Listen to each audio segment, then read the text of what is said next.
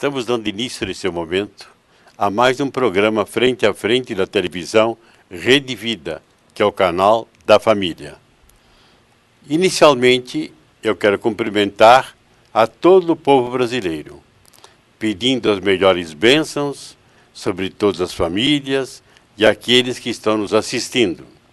E lembro também que estamos terminando setembro, mês consagrado ao estudo da Bíblia. E vamos entrar agora em outubro, brevemente, que é o mês consagrado a Nossa Senhora sob o título do Rosário. Que Nossa Senhora abençoe o nosso querido Brasil. Hoje, nós vamos entrevistar nesse programa o Dr. Gil Lúcio Almeida. É muito interessante a vida desse moço. Vocês vão notar. Não vou falar nada agora. Primeiramente, vou pedir a ele que também saúde o povo brasileiro. E a partir daí, eu vou abrindo o véu do mistério para falar sobre ele. Dom Antônio, muito obrigado. Boa noite a todos. É uma alegria muito grande poder estar falando com todos vocês nesta noite. Caríssimos, este homem que acabou de saudá-los chama-se Gil Lúcio Almeida. A vida dele é maravilhosa. Ele era simplesmente um engraxate, que muita dificuldade lutou no começo da sua família. Mas ele não desanimou, foi crescendo nos estudos, e ele quem vai falar onde que ele estudou, o que ele estudou e assim por diante. Vamos ouvir um pouquinho a ele. Conte um pouquinho a sua vida, principalmente a parte acadêmica. Dom Antônio, a minha vida começa com a imigração nossa do campo para uma cidade ainda poluída. Depois mudamos para São Carlos, onde fiz técnico em mecânica. Terminando o curso de técnico em mecânica, tive várias propostas para trabalhar, mas dentro de mim sempre tive essa chama de querer estudar mais e mais. Fiz então o curso de fisioterapia, que é a ciência que estuda os movimentos humanos, e fiz também na Federal de São Carlos o meu mestrado.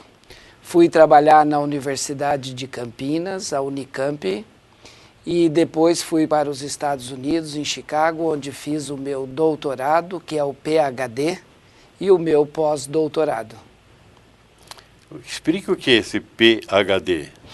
PhD é a titulação máxima no sistema educacional norte-americano.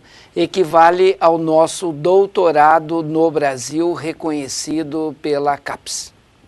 E conte um pouco agora a sua vida de engraxate.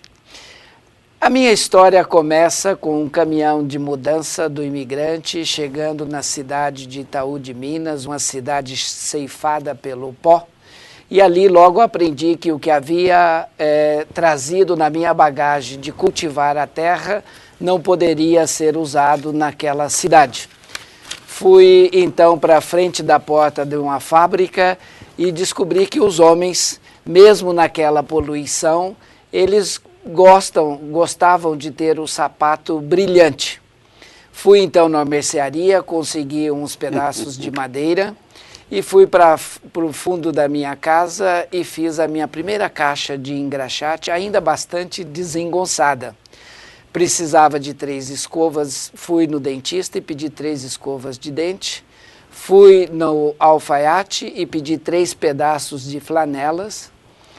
Peguei todo aquele material, me dirigi para uma loja porque ainda precisava de 3 latas de graxas e 3 escovas. E para um menino falido, aquilo custava muito. Antes de entrar naquela loja, deixei que uma onda de convicção muito forte varresse o meu corpo dos pés à cabeça. Ali precisava arrancar um sim, não poderia levar não para casa. Propus então ao dono daquela loja que me vendesse as 3 latas de graxas e as 3 escovas, que eu engraxaria o sapato de toda a família dele pela metade do preço. Ele sorriu para mim e disse que a família dele não tinha tantos sapatos assim. Lembrei que não poderia levar não para casa. Lembrei daquela onda de convicção que percorria o meu corpo. Acho que é isto, Dom Antônio, que nós chamamos de acreditar. E então propus àquele senhor que me vendesse uma lata de graxa preta e uma escova, que eu iria engraxar o sapato dele pela metade do preço. Foi assim então que nasceu o meu primeiro projeto estratégico. E depois desse projeto estratégico de engraxate, o senhor deixou caixa de engraxate, deixou tudo. E o senhor disse assim, mas eu preciso caminhar por uma outra estrada. Aí o senhor entrou pela estrada do estudo. O senhor fez o científico, deve ter sido, não é? Ou o colegial? Colégio técnico. O técnico. Uma vez que o senhor estava formado no técnico, o senhor trabalhou no técnico, o senhor acabou de falar que não, né? Durante o meu colégio eu fiz no Industrial de São Carlos, uma das melhores escolas técnicas do país. Eu sempre trabalhei e estudei para poder sustentar na escola, né? E para poder também ajudar a família. Muito bem. E o que entrou em si para ser, de fato, esse que o senhor acabou de falar agora, um PhD, um doutor e uma pessoa, um cientista que estuda os movimentos humanos. Qual é a sua fale o nome? PhD, o Não, fisioterapeuta que se tornou PhD. Muito bem, fisioterapeuta. Existe fisioterapeuta desse jeito, para isto, para aquilo? O senhor falou que é operacional. Isso. E existe também o quê? Clínico? Tem o fisioterapeuta, ele cuida do movimento humano, a maior parte, como os médicos, os dentistas, eles atendem os pacientes, tem uma atuação clínica na família, na escola, no trabalho, nos hospitais, né? E no meu caso em particular, eu produzo conhecimento, eu estudo como o cérebro controla os movimentos humanos. Explica um pouquinho a camuflagem. Eu tinha 5 anos de idade quando tive o meu primeiro contato com a dor do Antônio. Eu peguei uma taturana e aquela dor, em função daquela dor, eu vi filmes de terror projetado na parede do meu quarto durante muito tempo. E não adiantava fechar os olhos porque os monstros projetavam dentro deles. De acordo com a rígida educação de meu pai, era inadmissível para o menino homem sucumbir ao medo.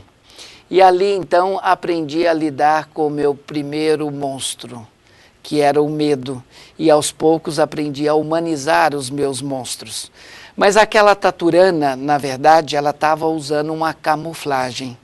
Ela estava imóvel e foi confundida por uma criança como sendo um courinho, porque ela estava temendo mais aquela criança do que a própria criança, a qualquer julgamento que ela pudesse ter a respeito daquele objeto imóvel.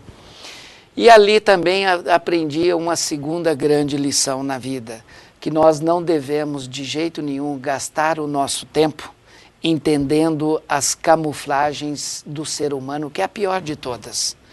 Ela se apresenta em várias formas, em várias cores, e nós não devemos jamais sucumbir ao medo ou gastar o nosso tempo entendendo essas camuflagens.